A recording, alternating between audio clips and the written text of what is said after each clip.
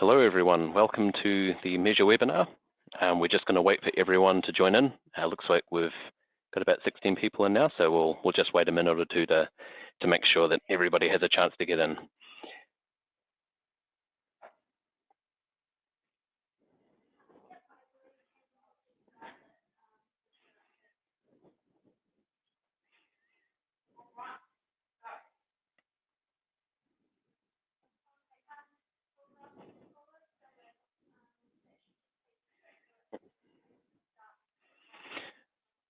All right, so you guys cannot join into the audio of this meeting, but one thing you can do is ask questions.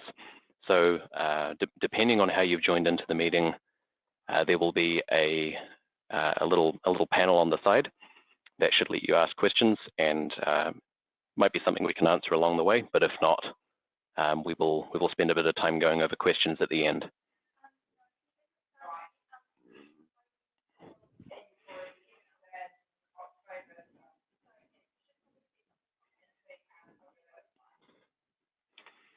For those of you who have just joined in, we're going to wait just a minute or two to just make sure that everybody has a chance to get in. So we'll be starting shortly.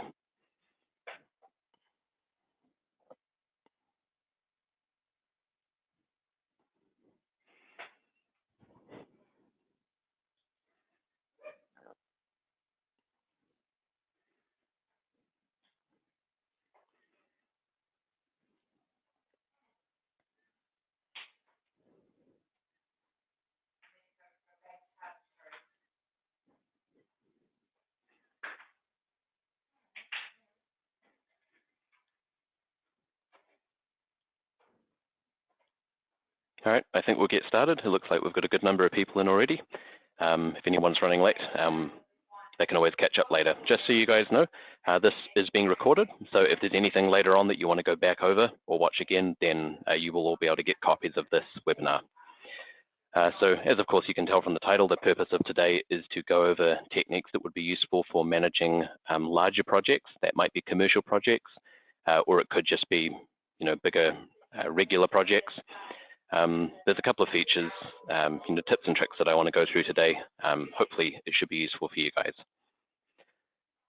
All right, so the first thing I want to just point out is that inside Measure, if you go into File and down into Measure Options, one thing you probably want to do is just double check down here in General that your business type is set to commercial. Obviously, if you don't want to work out of cost prices or work with margins, leave it at retail. But assuming that the reason you're looking at a big project is because it's commercial, just double check this. So this does two main things. It makes sure that Measure works or assumes that you're working out of cost price, and it also gives you the ability to work with margins. All right, so we have a project we've mocked up here. It's pretty basic, but there are a lot of rooms in here. So just kind of carrying on with that idea of working with margin and cost prices. If you come in here to the worksheet section, what I want to point out to you here is that the prices we have for these products, you'll see right up there that they're told to be unit cost. So this is what it's basing out of. And then over here, of course, you have margin. So if you go in here, you can type maybe 20%. And when you do that, it will basically just ask you, would you like to do this for all the products? So you can say yes to that, and you'll see it applies that 20% margin to everything. And so there we go. It's modified the grand total as well. Another great thing you can do here with margin is if you click on the margin button up top here,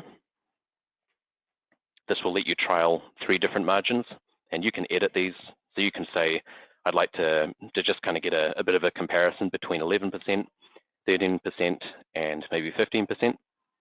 You can see down here what this is doing to everything, all the individual breakdowns as well as the grand total.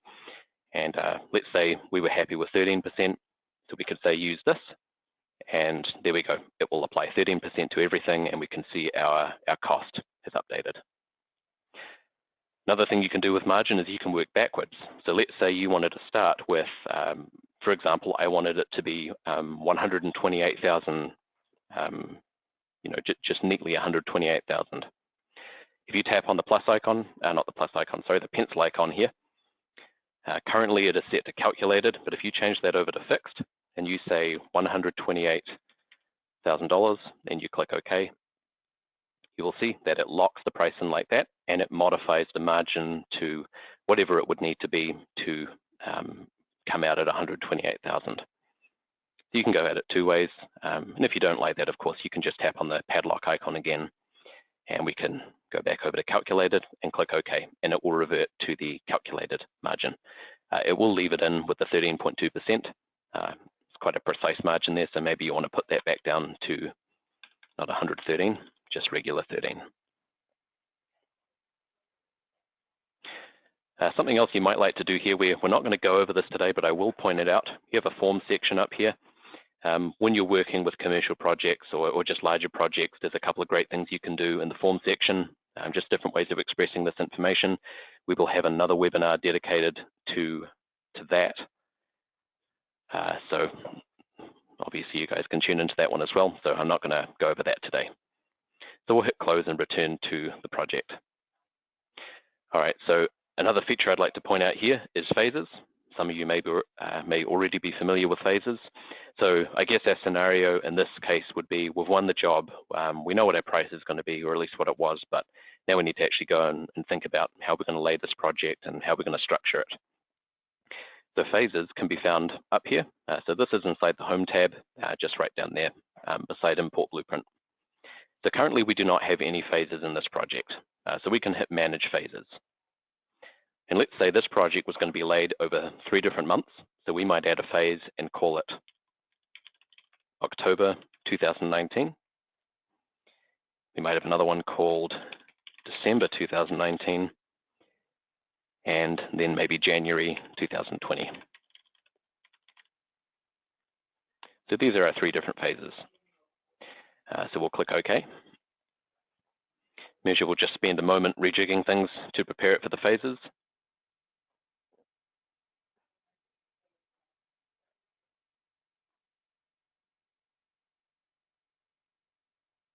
So it looks like there's a couple of questions of people saying that they can't hear anything.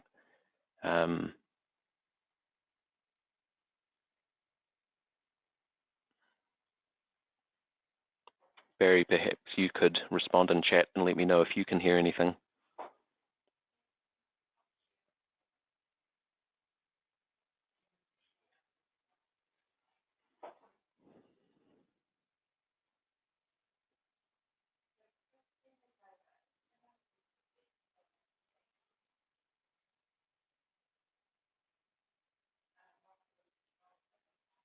Okay, looks like the audio is definitely working.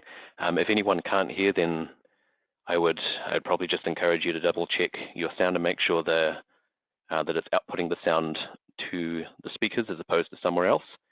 But even if you are having trouble with the sound, we are of course going to be releasing the recording of this meeting so you can catch up later on. Yep, and I see a couple of other people responding saying they can hear, so we'll carry on. All right, so we've added our phases in. Now, the point of phases and dividing up the project like that is currently everything sits in one giant, not one giant roll, but they're all sharing waste amongst one another. If I click on the layout mode at this point, and I click on here, for example, you'll see that all the cuts belong to, these are 20-meter rolls, but there's a lot of them. Everything is mixed in together. But if you're going to lay this project out across a couple of months, section by section, obviously you don't want it to work out that way. You know, it would be quite ridiculous to try and keep track of which cuts need to come from where to go into what sections. So let's exit the layout view and let's section this project off a little bit. So we might say that this half of the project over here, so we're just going to highlight everything there. Currently it's sitting in no phase. We're going to say you belong to December 2019. So we'll spend a moment pushing those rooms into there, but we'll need to recalculate some of the seams and things, so we'll just let it do that. You can probably see the Room Explorer churning away there. So there we go. Currently, we are looking inside the December 2019 phase. All the highlighted rooms, or sorry, not the highlighted rooms, all the colored in rooms, they are the rooms that belong to that phase. Everything grayed out is being excluded. If you're working with phases, probably a good idea would be to bring the Phases Explorer view up. Normally, the Explorer looks a little bit more like this. It has some icons along the bottom. So what I prefer to do personally is to grab this little handle here and bring it up, just so we can see the names. So inside the Phases Explorer view, you can see that we have a section called no phase. And if you minimize that, you'll see there is December 2019. The reason I point this out is that when you're working with phases, it's quite handy to have this up to just keep track of where everything is, because if something was not where you thought it was, you would be able to double check in here. So now what we're going to do is click on the gray area, and that is automatically going to move us so that we are looking at the, well, it's not really a phase, but we're looking at the rooms that don't have a phase. Now what we can do is highlight this part of the building, let's say, and push that into the October phase. Now, this other part of the building here, maybe I also want that in the October phase. I didn't want to highlight everything there because that would include the section down the bottom here, and maybe I want to exclude that. So you can move things in a couple of steps. So we'll highlight everything here, and we will also put these guys into October. All right. Finally, we will click on this bottom section, highlight everything, and move that into the final phase, January 2020. So now that we've divided everything up, if we go into the layout mode with just these rooms here, for example, you'll see that we have a lot less roles. So everything is being worked out in isolation. It's as if they're on separate sheets, but obviously visually they're all together. And so you can guarantee that all these roles here will just have the product required for this area here. They're not going to be mixing it up anywhere else. Now, another thing you may come across, so we've divided this up a little bit. Maybe this part of the building here is going to be laid in, I think it was October we said, but something you may still come across is if we highlight these 4 rooms here, for example, actually maybe that's not a great example. Let's try these ones here. All right, so you can see that these cuts here, they are all physically together on the roll plan, but where they're coming from, sorry, not on the roll plan, they're physically together in the building, but where they're coming from on the roll plan is from a number of different areas across the roll. So that may not be the most practical to work with. What you can do to help with that is, let me just see, that one's probably a good example. Let's work with these ones here. If you click while holding control on all of those cuts there is a function and measure that lets us group all of those cuts in the order we clicked on them together on the roll. So once we have control clicked on them in the order we like, this button right up here, you'll see there that it's called Show Cut Sequence. When we click on that, this brings up a view over here that shows us what sequences these are in. Now, this button right up here, with these guys here selected, if I click that, it will change things so that they group together. You don't really need to pay too much attention to this, but once you've hit this button, you can then come down here and hit Apply, and it will rejig the roll plan so that these guys kind of stick near each other. That may not be always possible to have only those guys together, but it will certainly make a good job of it. So now to go back to our roll view, right at the top, you'll see we're looking at cut sequence. If we click on that, we can go back to estimate. And if I highlight these rooms here, you'll see that they're kind of mostly together on the roll plan. There's a couple of other pieces in amongst them, but they're mostly together. Now that may not be so practical across a very large project. Maybe on smaller ones that might be useful. So another cut managing technique I'd like to point out to you guys is the grouping tool. And what we mean by grouping is we've already divided this into a phase, but maybe we want to divide it further and we want to say all of these rooms here, we want these to be grouped together. Not that they don't share waste with anything else, but just that they're positioned together on the roll plan. Or maybe just this entire half of the corridor. It's up to you how you want to use that. So let's highlight maybe this section here. And let's say we want to put this into a group. So in the Room tab just up here, if you come across to this end, you'll see we have a group tool. So if we click on group, and to keep it simple, let's just call it group 1. You might be able to come up with some more meaningful names to better explain where on the project it's coming from. So we'll put these all into a group called group 1. Now down here we can say with the second checkbox that we want those rooms to allocate together. So we'll check that box, and maybe we don't care about the moving together. So we'll just make sure that this middle one's checked, and we'll do OK. Now what you're going to notice when we go and take a look at the roll plan again, see that? I have all of those rooms highlighted there, or all of the cuts, and they're all together in one block. So this can make it a lot easier for when the layers are actually working with this product.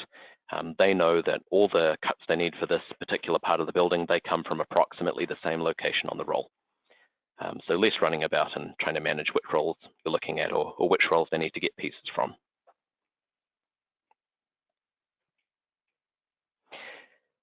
Something else that you guys will probably find quite helpful, in fact, some of you may have already experienced this, when you're actually working with rearranging the seams, if we move a seam like this one here, you'll notice that Measure has to spend a moment recalculating everything. Now we do expect that because we've just changed where the seams are, so it needs to I guess, rejig the roll plan and make sure everything still fits together.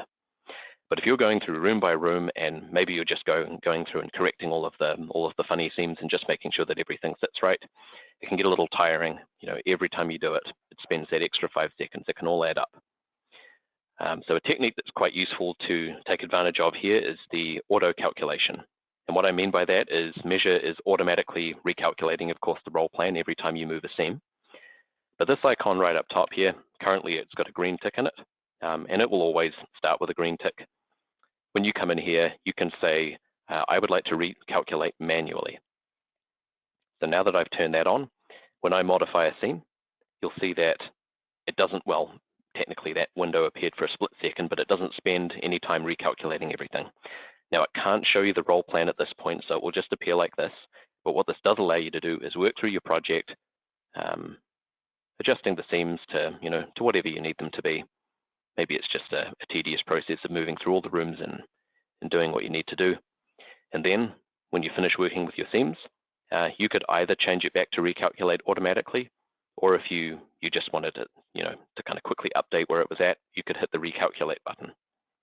That will then just once go through the rejigging, give you an updated roll plan, and then of course you could carry on moving through the plan, adjusting the other seams. All right, I'm going to turn that back to recalculate automatically. That tool is especially useful on very large projects. All right, the next section we'd like to go over is just a couple of tips and tricks, just some little features that are quite useful.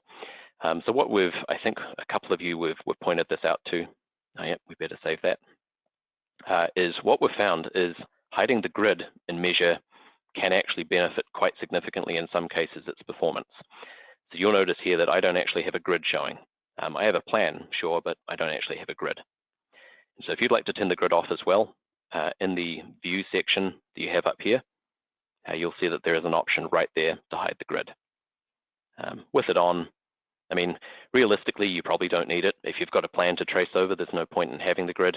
So I think it's totally fine to turn it off. Just kind of in the same vein, when it comes to the blueprint itself, once you've fully drawn the blueprint out and I guess you've done everything that you need to with the blueprint, you may want to hide the blueprint as well. So in the blueprint section up top here, you have a hide image button. So if you check that, it will just hide it. I mean, obviously you're not going to be able to see any of the detail on the plan, but if all you're doing is just wanting to kind of quickly go over your project, you might find it quite beneficial to hide it just to improve the performance. Another tool I want to quickly point out is a transition tool. So if we wanted to go through and put doorways into all of our rooms, and maybe we want to do that because we have some bars that we need to add in. Most of you probably know, if you right click on a room, you will have a single transition option here. A better tool to use if you have lots of doorways to add in, like the doorways in this corridor here, they're probably all the same size. If you go into the room tab just up top here, so this button here would be the regular transition tool, but just below it, you have a multiple transitions tool. The way multiple transitions works is when you click on it, it gives you a window here and lets you predefine the size and shape of the doorway. So let's say we want it to be 0.82, and maybe we want to have a bar in all of these doorways, so we can go into choose product. And if we go into miscellaneous, we could say we want there to be the bar product in there. With this window still open, just going to move it to the side. You'll see that when I hover over a room, I have this icon. So my first click will say I want to put a transition in this room, and the second click will place the doorway. So a red dot following me around the outside there. Think about the room in terms of clockwise. So if you click this side of the doorway, it will place doorway in like that. So just think about it in terms of going around the room clockwise. So then with this window still open, we can move over to here, place the doorway. And as you can see, we can keep moving through everything. See, that's what I mean. You want to make sure you go clockwise around the room, otherwise you'll get that happening. If you do make a mistake, of course, maybe you put it over a doorway that is actually smaller than the others, then don't worry about it. You can always come back and fix it afterwards. But as you can see, you can quite quickly move through everything and add the doorways to all the places that you need. And with this window still open, you could go back here and say, now I want to put some smaller doorways in. So let's just say you want to put in some smaller doorways. You can just change that over there and carry on using it, and it will let you keep putting smaller doorways in like that. All right, so we'll hit done, and that will finalize everything. Especially on giant projects like this, a lot of the rest homes and hospitals, that's going to come in really handy. All right, another tool we want to point out, this is probably a lesser known one. At the very, very bottom of your screen there, hopefully you guys can see down this far, one of the icons you'll have down here is called Thumbnail Overview. So when you open that up, and that's quite big there, let me make that a little bit smaller. This is kind of like a mini map for your entire plan. And yeah, let's make that a lot smaller. There we go. So as you move around the plan, you'll see that there's a red square that's highlighting what part you're looking at. The reason this is useful is because you might be zoomed in quite far. You're working on one aspect of the project. You can keep an eye of where you are, and you can even drag this little square to move to another part of the plan. So once the plan's drawn, this can be quite useful for nipping around the plan. If you know the part you want to go to, you can just drag the little red square and move over to that part. For those of you who have at least 2 screens, what's quite cool that you can do with this tool is, as you would have seen me do before, you can resize it. So what I've tried before is moving it to the second screen and making it a lot bigger. And then as you're working through the project on your second screen, you can keep an eye of where you are. All right, and of course you can just dismiss it with the close button right there. All right, another thing I'd like to point out, going back into the layout mode, sometimes you might be zoomed in quite far looking at the roll plan. Maybe you're rejigging the cuts and where they go next to each other. And as a lot of you are probably aware, when you click on a cut over here, it will highlight where it comes from on the plan. What I'd like to point out here is that when you have a cut like that selected, if you use the keyboard shortcut Control-Shift-F, it will automatically zoom to fit that particular cut wherever it happens to be on the plan. That's useful for 2 main reasons. Number one, because if you want to, well, I guess if you're trying to find where this is, because maybe it's a ridiculous cut and you know you need to fix it, it just quickly zooms you into the right spot. You know, you were going to do that anyway. It's just a lot quicker to use Control-Shift-F. Or sometimes you click on it and you actually can't see it. Maybe it's quite a small cut and you think, where the heck does it come from? Of course, if you press Control-Shift-F, it's going to zoom you right into that point, and now we can carry on working. The Control-Shift-F shortcut is actually the same as clicking the Zoom to Fit button over here. It's just obviously a lot easier to use the keyboard shortcut rather than come back in the home and click it. So of course you can use that tool anywhere on the project, you know, outside of the role plan as well. If you click on this room, we could go Control-Shift-F and it would zoom to that point there. We just find that it's particularly useful on the role plan when you want to just quickly move to the part of the plan that has that cut. And one final thing we'll point out here is the Explorer view. I think it's a little underestimated how useful this is. One thing you can use it for is when you're taking a look at your rooms, especially on commercial projects, I would strongly recommend naming all of your rooms just so that everything actually makes sense when it comes to the output. And of course, the room section on the Explorer window can be a good way to just double check that you haven't left any rooms out. If you see any 001s or 002s in here, then of course you know that, that you've taken care of everything. Another great thing you can do in here is if you go into the product section, this will show you a list of all the products you have in your project. If you click on the 3-meter vinyl, for example, you'll see that it highlights all of the rooms that have the 3-meter vinyl. So that is very useful. I mean, this project's quite simple. We basically just have one product in here, but if you imagine one of those products where you have a lot of mixed products, the hallway's one material, there's tiles in the bathroom, there's carpet or maybe vinyl in some of the other rooms, it could be quite a pain to go through and control click all of those rooms that have that product.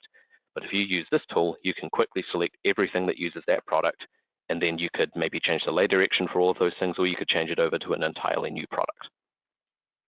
So if we take, for example, the bar that we put in before, let's say we want to change all of the bars in those doorways to another bar. Maybe we got it wrong, or maybe it was a kind of just a generic bar, but we want to put in the real bar now. When we click on the bar product, what you'll see here is that it highlights all of those doorways that we applied the bar to. And with all of those selected, of course, we could then go and either modify the doorways or put a new bar in. The way we would do that is with this icon right here. It's called Room Properties. Normally, this just brings up the renaming tool, but when you have doorways selected, it will bring up the product that is in those, well, not doorways, I suppose we should call them transitions, but it will bring up the product. And then, of course, we could go in and change it to something else.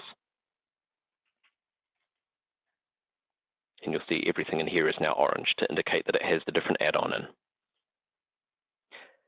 So those are all of the things we wanted to highlight today with regard to working with larger projects. I'm just going to take a quick look through the question section to see if there's anything we haven't answered. And then, of course, if you did have some questions, feel free to push them through now.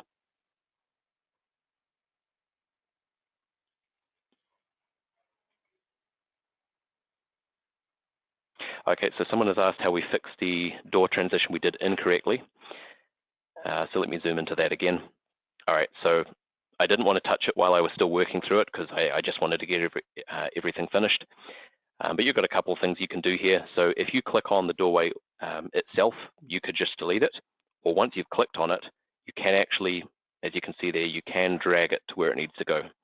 So we can reposition it. Or let's say we put it in and it was the wrong size because it was, the one door that was a little bit smaller. Maybe it was like a cleaning cupboard. We could always double click on it and specifically modify this doorway to something else. I know the doorway is the right size, but just to illustrate, we could do that.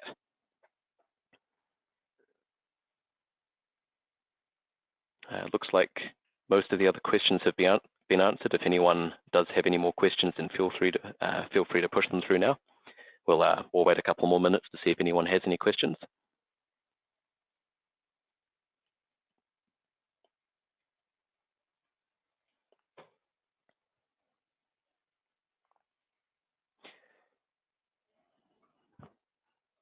And of course, just to remind you, if you guys do have questions, then you should have, depending on how you've joined in, you should either have a questions drop down on the panel that's probably sitting out to the right of your screen. Inside there, you will have a question section, or it might be represented by a speech bubble with a question mark in it. Okay, so someone has asked where can we find the recorded video. We will be sending that out to you after the meeting, probably sometime tomorrow. But don't worry, we will make sure that you guys get a copy of it.